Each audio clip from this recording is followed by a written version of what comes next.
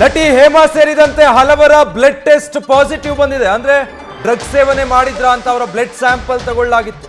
ಒಟ್ಟು 101 ಜನರ blood sample ಅನ್ನ ಪೊಲೀಸರು ಪಡೆದುಕೊಂಡಿದ್ರು. ಎಲೆಕ್ಟ್ರಾನಿಕ್ ಸಿಟಿ ಸಮೀಪ ಜಿಆರ್ ಫಾರ್ಮ್ ಹೌಸ್ ನಲ್ಲಿ ರೇವ್ ಪಾರ್ಟಿ ಮೇಲೆ ದಾಳಿ ಮಾಡಿದ್ದ ಸಂದರ್ಭ ನಟಿ ಹೇಮಾ ಸೇರಿದಂತೆ ಹಲವರ ಬ್ಲಡ್ ಟೆಸ್ಟ್ ಈಗ ಪಾಸಿಟಿವ್ ಬಂದಿದೆ. ತೆಲುಗಿನ ನಟಿ ಹೇಮಾ ಸೇರಿ 86 ಜನರ ಟೆಸ್ಟ್ ನಲ್ಲಿ ರಿಸಲ್ಟ್ ಪಾಸಿಟಿವ್ ಬಂದಿರೋ ಮಾಹಿತಿ ಈಗ ಸಿಗ್ತಾ ಇದೆ. ಒಟ್ಟು 101 ಜನರ ಬ್ಲಡ್ ಸ್ಯಾಂಪಲ್ ಅನ್ನ ಸಿಸಿಬಿ ಅಧಿಕಾರಿಗಳು ಕಲೆಕ್ಟ್ ಮಾಡಿದ್ರು. ರೇವ್ ಪಾರ್ಟಿ ನಡೆದಿದ್ದ ಸಂದರ್ಭದಲ್ಲಿ ಡ್ರಗ್ಸ್ ಸಪ್ಲೈ ಆಗಿತ್ತು. ಯಾರೆಲ್ಲ ಡ್ರಗ್ಸ್ ಸೇವನೆ ಮಾಡಿದ್ದಾರೆ ಅನ್ನೋದನ್ನ ತಿಳಿದುಕೊಳ್ಳೋದಕ್ಕೆ ಬ್ಲಡ್ ಮತ್ತೆ ಹೇರ್ ಫಾಲಿಕಲ್ ಸ್ಯಾಂಪಲ್ ಅನ್ನ ಕಲೆಕ್ಟ್ ಮಾಡಿದ್ರು. ಈಗ ಬ್ಲಡ್ ಟೆಸ್ಟ್ ನ ರಿಪೋರ್ಟ್ ಲಭ್ಯ ಆಗಿದ್ದು 101 ಜನರ ಪೈಕಿ 86 ಜನರ ರಿಪೋರ್ಟ್ ಡ್ರಗ್ಸ್ ಸೇವನೆ ಮಾಡಿದ್ದಾರೆ ಅನ್ನುವಂಥ ಪಾಸಿಟಿವ್ ರಿಪೋರ್ಟ್ ಸಿಗ್ತಾ ಇದೆ.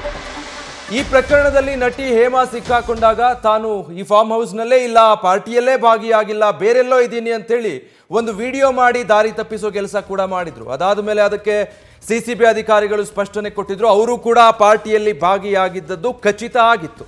ನಂತರ ಈ ದಾಳಿ ನಡೆದ ಸಂದರ್ಭದಲ್ಲಿ ಯಾರೆಲ್ಲ ಇದ್ರಲ್ಲ ಎಲ್ಲರ ಸ್ಯಾಂಪಲ್ಗಳನ್ನು ಸಿಸಿಬಿ ಅಧಿಕಾರಿಗಳು ಕಲೆಕ್ಟ್ ಮಾಡಿದ್ರು. ಟೆಸ್ಟ್ಗೆ ರವಾನೆ ಮಾಡಲಾಗಿತ್ತು. ಈಗ ಬರ್ತಾ ಇರುವಂತಹ ರಿಪೋರ್ಟ್ಗಳ ಪ್ರಕಾರ ತೆಲುಗಿನ ಖ್ಯಾತ ನಟಿ ಹೇಮಾ ಅವರ ಬ್ಲಡ್ ಸ್ಯಾಂಪಲ್ ಅನ್ನ ಕೂಡ ಪರೀಕ್ಷೆಗೆ ಒಳಪಡಿಸಲಾಗಿದೆ. ಡ್ರಗ್ಸ್ ಸೇವನೆ ಮಾಡಿರೋದು ಖಾತ್ರಿ ಆಗಿದೆ. ಡೀಟೇಲ್ಸ್ ಕೊಡ್ತಾರೆ ಸಂದೇಶ್, ಲೈವ್ ನಲ್ಲಿ ಜಾಯ್ನ್ ಆಗ್ತಾ ಇದ್ದಾರೆ. ಸಂದೇಶ್, ಈಗಾಗಲೇ ಅಧಿಕಾರಿಗಳು ಸ್ಯಾಂಪಲ್ ಕಲೆಕ್ಟ್ ಮಾಡಿದ್ರು, ಈಗ ಅದರ ವರದಿ ಕೂಡ ಬಂದಿದೆ. ಅಲ್ಲಿಗೆ ನಟಿ ಹೇಮಾ ಡ್ರಗ್ಸ್ ಸೇವನೆ ಮಾಡಿರೋದು ಖಾತ್ರಿ ಆಗಿದೆ. ಡ್ರಗ್ಸ್ ಸೇವನೆ ಮಾಡಿರೋದ್ರಿಂದ ಈ ಪ್ರಕರಣದಲ್ಲಿ ಮುಂದೆ ಯಾವ ರೀತಿ ವಿಚಾರಣೆ ಎದುರಿಸಬೇಕಾಗಬಹುದು? ಸಂದೇಶ್.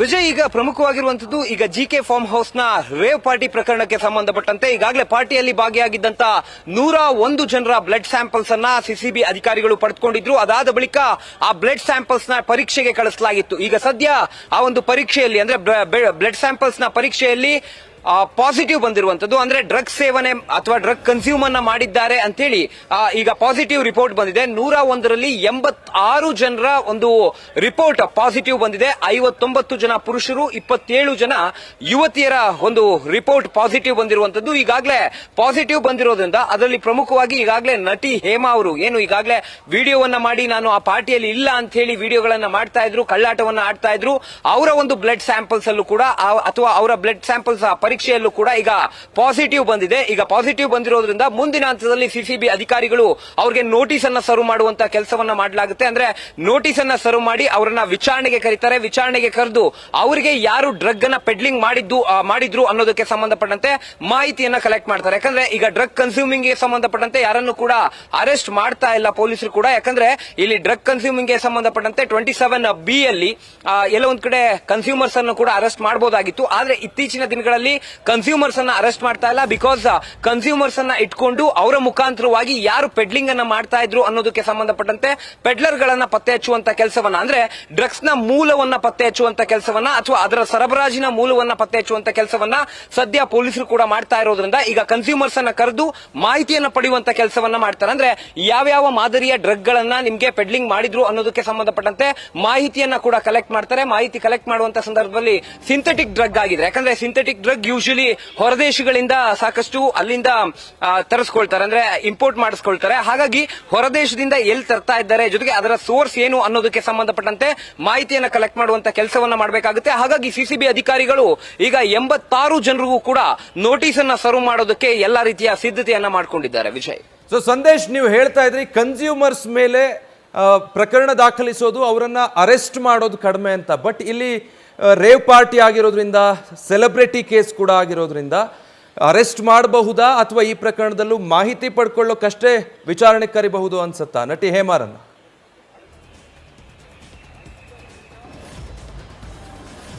ವಿಜಯ್, ಇಲ್ಲಿ ಪ್ರಮುಖವಾಗಿರುವಂತದ್ದು ಈ ಹಿಂದಿನ ಒಂದು ಪ್ರಕರಣವನ್ನ, ಅಂದ್ರೆ ಸಂಜನಾ ಹಾಗೆ ರಾಗಿಣಿ ಅವರ ಪ್ರಕರಣವನ್ನ ನಾವು ತೆಗೆದುಕೊಳ್ಳೋದಾದ್ರೆ ಅಲ್ಲೂ ಕೂಡ ಕನ್ಸ್ಯೂಮರ್ಸ್ ಅಂತ ಅವರನ್ನ ಅರೆಸ್ಟ್ ಮಾಡಿರಲಿಲ್ಲ, ಪೆಡ್ಲಿಂಗ್ಗೆ ಸಂಬಂಧಪಟ್ಟಂತೆ ಅವರನ್ನ ಅರೆಸ್ಟ್ ಮಾಡಿದ್ದು. ಹಾಗಾಗಿ ಇಲ್ಲಿ ಸೆಲೆಬ್ರಿಟಿಗಳಾಗಿರ್ಲಿ ಅಥವಾ ಸಾಮಾನ್ಯ ಜನರಾಗಿರ್ಲಿ ಯಾರೇ ಕನ್ಸ್ಯೂಮ್ ಮಾಡಿದ್ರು ಕೂಡ ಅವರನ್ನ ಕರೆದು ವಿಚಾರಣೆ ಮಾಡುವಂತ ಕೆಲಸವನ್ನ ಮಾಡ್ತಾರೆ. ಒಂದು ವೇಳೆ ವಿಚಾರಣೆ ಸಂದರ್ಭದಲ್ಲಿ ಇಫ್ ಸಪೋಸ್ ಯಾರಾದ್ರೂ ಹೇಮಾರ್ ಅವರಿಂದ ಏನಾದ್ರೂ ಡ್ರಗ್ ಗಳನ್ನ ಪಡೆದುಕೊಂಡಿದ್ರೆ, ಯಾಕಂದ್ರೆ ಸಾಕಷ್ಟು ಸಿಂಥೆಟಿಕ್ ಡ್ರಗ್ ಗಳನ್ನ ಈಗಾಗಲೇ ಕನ್ಸ್ಯೂಮ್ ಮಾಡಿರೋದಕ್ಕೆ ಸಂಬಂಧಪಟ್ಟಂತೆ ಮಾಹಿತಿಯನ್ನ ಕಲೆಕ್ಟ್ ಮಾಡಿರೋದ್ರಿಂದ ಆ ಸಿಂಥೆಟಿಕ್ ಡ್ರಗ್ ಗಳನ್ನ ಇವರು ಯಾರಿಂದಾದ್ರೂ ಅಂದ್ರೆ ನಟಿ ಹೇಮ ಆಗಿರ್ಬೋದು ಅಥವಾ ಯಾವುದೇ ವ್ಯಕ್ತಿ ಕನ್ಸ್ಯೂಮರ್ಸ್ ಆಗಿರ್ಬೋದು ಅವರು ಬೇರೆ ಯಾರಿಂದಾದ್ರೂ ಪಡ್ಕೊಂಡು ಅದಾದ ನಂತರ ಇವರ ಮುಖಾಂತರವಾಗಿ ಮತ್ತೊಬ್ಬರಿಗೆ ಏನಾದ್ರೂ ಹಂಚಿದ್ರೆ ಅಥವಾ ಕೊಟ್ಟಿದ್ರೆ ಆಗ್ಲೂ ಕೂಡ ಕೇಸನ್ನ ದಾಖಲು ಮಾಡಬಹುದು. ಅದನ್ನ ಹೊರತುಪಡಿಸಿದ್ರೆ ಕನ್ಸ್ಯೂಮರ್ಸ್ ಮೇಲೆ ಯಾವುದೇ ರೀತಿಯ ಕೇಸನ್ನ ದಾಖಲು ಮಾಡೋದಿಲ್ಲ. ಬಿಕಾಸ್ ಅದರ ಮೂಲವನ್ನ ಪತ್ತೆ ಹಚ್ಚಬೇಕು ಅನ್ನೋ ಕಾರಣಕ್ಕಾಗಿ ಸದ್ಯ ಸಿಸಿಬಿ ಅಧಿಕಾರಿಗಳು ಈಗ 86 ಜನರ ಏನು ಪಾಸಿಟಿವ್ ರಿಪೋರ್ಟ್ ಬಂದಿದೆ, ಆ ರಿಪೋರ್ಟ್ ಯಾರ್ದೆಲ್ಲ ಪಾಸಿಟಿವ್ ಬಂದಿದೆ ಅವರನ್ನ ಕರೆದು ವಿಚಾರಣೆ ಮಾಡುವಂತ ಕೆಲಸವನ್ನ ಮಾಡಬೇಕಾಗುತ್ತೆ. ಹಾಗಾಗಿ ಸದ್ಯದ ಮಟ್ಟಿಗೆ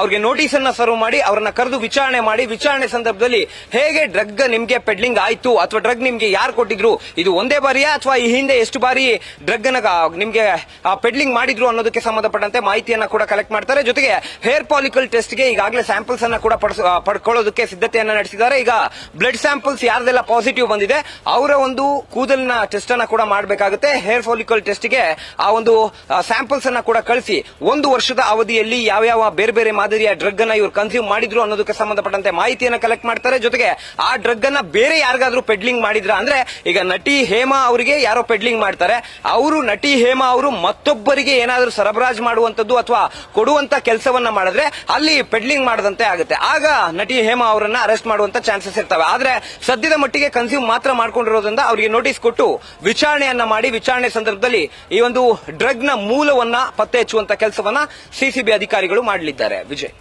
ಓಕೆ ಸಂದೇಶ್, ಸಂಪರ್ಕದಲ್ಲಿರಿ, ಮತ್ತೆ ಮಾತಾಡಿಸ್ತೀನಿ.